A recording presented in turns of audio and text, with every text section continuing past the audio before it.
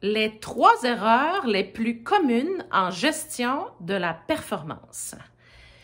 Dans cette vidéo, je te présente les 3 erreurs à éviter si ton ambition est de générer davantage de performance et de créer les conditions nécessaires à la performance dans ton organisation. Je suis Cathy Dumont, fondatrice de la Fabrique des Braves. Je forme et je coach des entrepreneurs, des gestionnaires braves, audacieux et créatifs. Erreur numéro 1. Loader ton agenda ou l'agenda de tes gestionnaires avec ce qu'on appelle toute autre tâche connexe, alors qu'ils devraient consacrer entre 35 et 50 % de leur temps à accompagner les membres de leur équipe. Alors, soit toi, tu as choisi de gérer une équipe ou tu as nommé des gens pour le faire. Ces personnes-là doivent avoir de la disponibilité dans leur agenda pour accompagner leurs gens quotidiennement, hebdomadairement et mensuellement. Sinon, en fait, c'est te mettre ou les mettre, eux, dans une formule d'échec. Erreur numéro 2. Ignorer les conditions nécessaires à la performance pour un être humain. Alors, première condition, avoir des défis stimulants. Deuxième condition, avoir ou bénéficier d'une certaine liberté.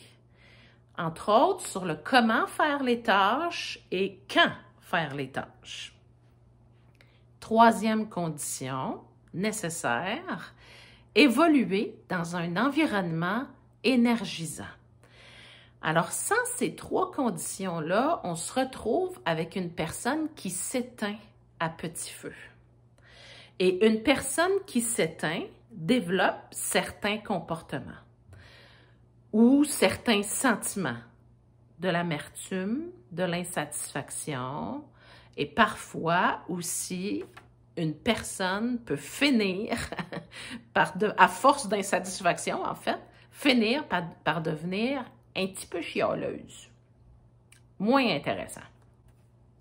Donc, ces conditions, tu dois les connaître, les avoir en tête et autant que faire se peut, les créer pour que cette petite étincelle-là qu'on appelle le fun, donc le plaisir à exécuter, à être là, à participer, à collaborer, à faire grandir l'entreprise existe.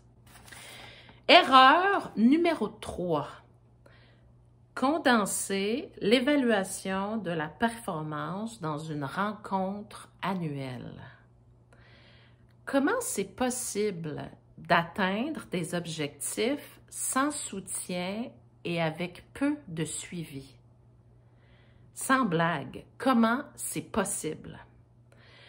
Et là, ça c'est sans parler que la majorité des gestionnaires que j'ai accompagnés sortent de cet exercice-là complètement épuisés. Et c'est insatisfaisant pour les membres de l'équipe, c'est épuisant et insatisfaisant pour le gestionnaire aussi.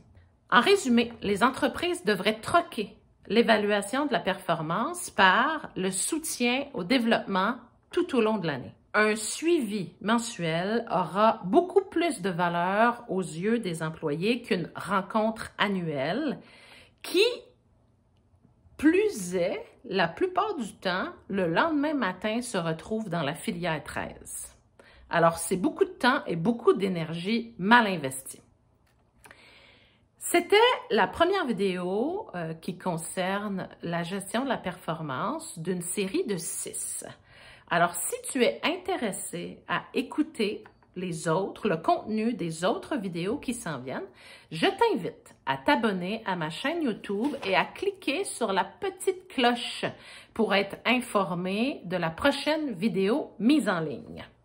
Le titre de la prochaine vidéo, comment éviter les faux pas dans un programme de gestion de la performance.